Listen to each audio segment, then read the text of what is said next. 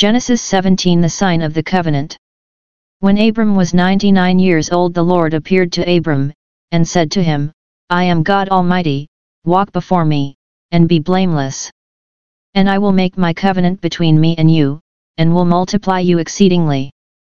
Then Abram fell on his face, and God said to him, Behold, my covenant is with you, and you shall be the father of a multitude of nations. No longer shall your name be Abram, but your name shall be Abraham, for I have made you the father of a multitude of nations. I will make you exceedingly fruitful, and I will make nations of you, and kings shall come forth from you. And I will establish my covenant between me and you and your descendants after you throughout their generations for an everlasting covenant, to be God to you and to your descendants after you. And I will give to you, and to your descendants after you, the land of your sojournings, all the land of Canaan, for an everlasting possession, and I will be their God. And God said to Abraham, As for you, you shall keep my covenant, you and your descendants after you throughout their generations. This is my covenant, which you shall keep, between me and you and your descendants after you, every male among you shall be circumcised. You shall be circumcised in the flesh of your foreskins, and it shall be a sign of the covenant between me and you.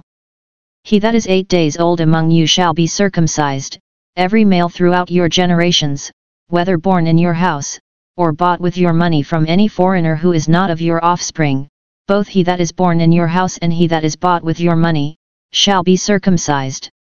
So shall my covenant be in your flesh, an everlasting covenant. Any uncircumcised male who is not circumcised in the flesh of his foreskin shall be cut off from his people, he has broken my covenant. And God said to Abraham, As for Sarai your wife, you shall not call her name Sarai, but Sarah shall be her name. I will bless her, and moreover I will give you a son by her, I will bless her, and she shall be a mother of nations, kings of peoples shall come from her. Then Abraham fell on his face and laughed, and said to himself, Shall a child be born to a man who is 100 years old? Shall Sarah, who is 90 years old, bear a child? And Abraham said to God, O that Ishmael might live in thy sight. God said, No, but Sarah your wife shall bear you a son, and you shall call his name Isaac.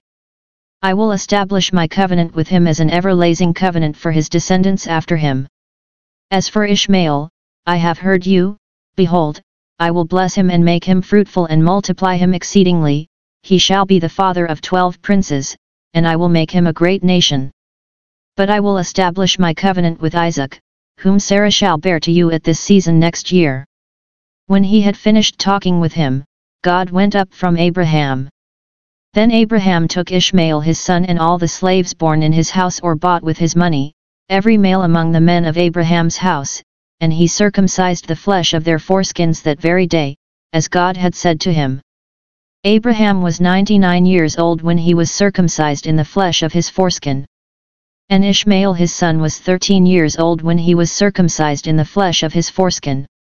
That very day Abraham and his son Ishmael were circumcised, and all the men of his house, those born in the house and those bought with money from a foreigner, were circumcised with him. Genesis 18 A son promised to Abraham and Sarah. And the Lord appeared to him by the oaks of Mamre, as he sat at the door of his tent in the heat of the day. He lifted up his eyes and looked, and behold, 3 men stood in front of him. When he saw them, he ran from the tent door to meet them, and bowed himself to the earth, and said, My Lord, if I have found favor in your sight, do not pass by your servant. Let a little water be brought, and wash your feet, and rest yourselves under the tree, while I fetch a morsel of bread, that you may refresh yourselves, and after that you may pass on, since you have come to your servant. So they said, Do as you have said. And Abraham hastened into the tent to Sarah, and said, Make ready quickly 3 measures of fine meal, knead it, and make cakes. And Abraham ran to the herd, and took a calf, tender and good, and gave it to the servant, who hastened to prepare it. Then he took curds and milk and the calf which he had prepared, and set it before them, and he stood by them under the tree while they ate. They said to him, Where is Sarah your wife? And he said, She is in the tent. The Lord said, I will surely return to you in the spring, and Sarah your wife shall have a son. And Sarah was listening at the tent door behind him. Now Abraham and Sarah were old, advanced in age, it had ceased to be with Sarah after the manner of women. So Sarah laughed to herself, saying, After I have grown old, and my husband is old, shall I have pleasure? The Lord said to Abraham, Why did Sarah laugh, and say, Shall I indeed bear a child, now that I am old? Is anything too hard for the Lord? At the appointed time I will return to you, in the spring, and Sarah shall have a son. But Sarah denied, saying, I did not laugh, for she was afraid. He said, No, but you did laugh. Judgment pronounced on Sodom. Then the men set out from there, and they looked toward Sodom, and Abraham went with them to set them on their way. The Lord said, Shall I hide from Abraham what I am about to do, seeing that Abraham shall become a great and mighty nation, and all the nations of the earth shall bless themselves by him? No, for I have chosen him, that he may charge his children and his household after him to keep the way of the Lord by doing righteousness and justice, so that the Lord may bring to Abraham what he has promised him. Then the Lord said, Because the outcry against Sodom and Gomorrah is great and their sin is very grave, I will go down to see whether they have done altogether according to the outcry which has come to me, and if not, I will know. So the men turned from there, and went toward Sodom, but Abraham still stood before the Lord. Then Abraham drew near, and said, Wilt thou indeed destroy the righteous with the wicked? Suppose there are 50 righteous within the city, wilt thou then destroy the place and not spare it for the 50 righteous who are in it? Far be it from thee to do such a thing, to slay the righteous with the wicked, so that the righteous fare as the wicked. Far be that from thee. Shall not the judge of all the earth do right? And the Lord said, If I find at Sodom 50 righteous in the city, I will spare the whole place for their sake. Abraham answered, Behold, I have taken upon myself to speak to the Lord, I who am but dust and ashes. Suppose 5 of the 50 righteous are lacking? Wilt thou destroy the whole city for lack of 5? And he said, I will not destroy it if I find 45 there. Again he spoke to him, and said, Suppose 40 are found there. He answered, For the sake of 40 I will not do it. Then he said, Oh, let not the Lord be angry, and I will speak. Suppose 30 are found there. He answered, I will not do it, if I find 30 there. He said, Behold, I have taken upon myself to speak to the Lord. Suppose 20 are found there. He answered, For the sake of 20 I will not destroy it. Then he said, Oh, let not the Lord be angry, and I will speak again but this once. Suppose 10 are found there. He answered, For the sake of 10 I will not destroy it. And the Lord went his way, when he had finished speaking to Abraham, and Abraham returned to his place. Genesis 19 The Depravity of Sodom. The 2 angels came to Sodom in the evening, and Lot was sitting in the gate of Sodom. When Lot saw them, he rose to meet them, and bowed himself with his face to the earth, and said, My lords, turn aside, I pray you, to your servant's house and spend the night, and wash your feet, then you may rise up early and go on your way. They said, No, we will spend the night in the street. But he urged them strongly, so they turned aside to him and entered his house, and he made them a feast, and baked unleavened bread, and they ate.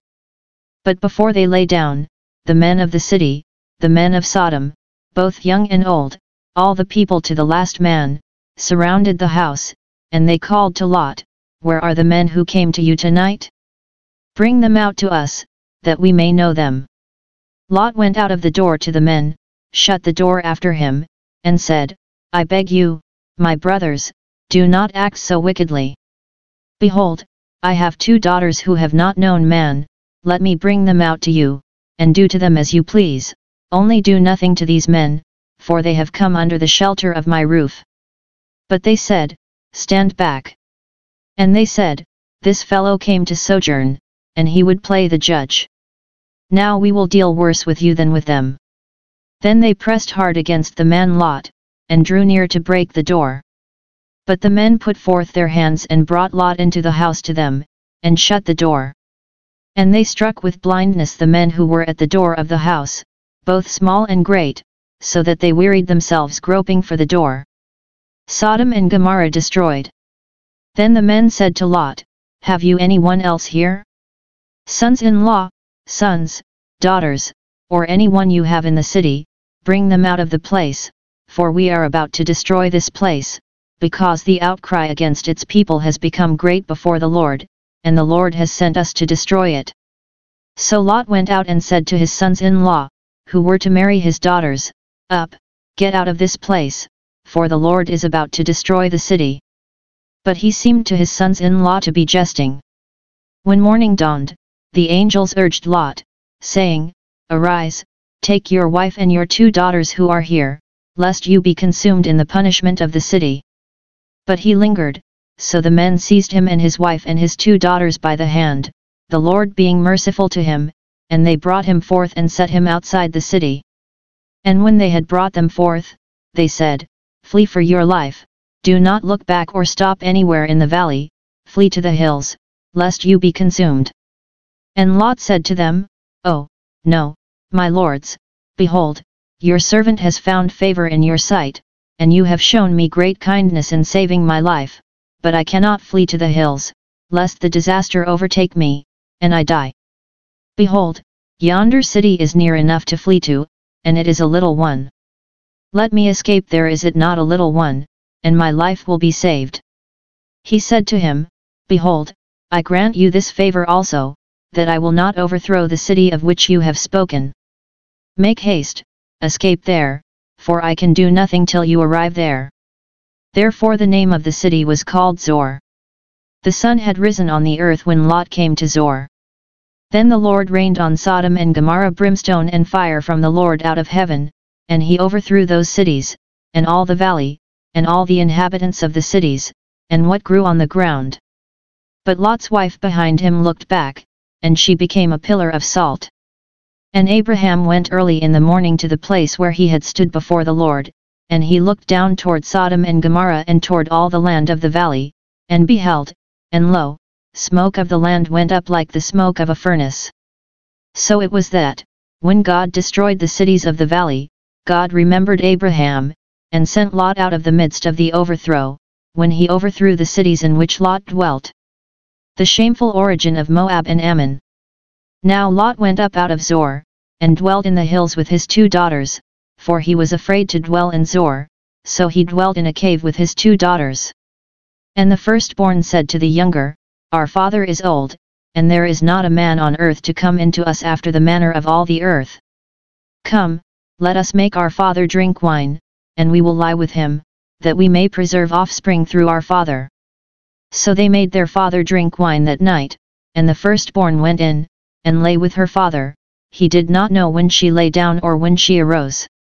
And on the next day, the firstborn said to the younger, Behold, I lay last night with my father, let us make him drink wine tonight also, then you go in and lie with him, that we may preserve offspring through our father. So they made their father drink wine that night also, and the younger arose, and lay with him, and he did not know when she lay down or when she arose. Thus both the daughters of Lot were with child by their father. The firstborn bore a son, and called his name Moab, he is the father of the Moabites to this day. The younger also bore a son, and called his name Ben-Ammi, he is the father of the Ammonites to this day.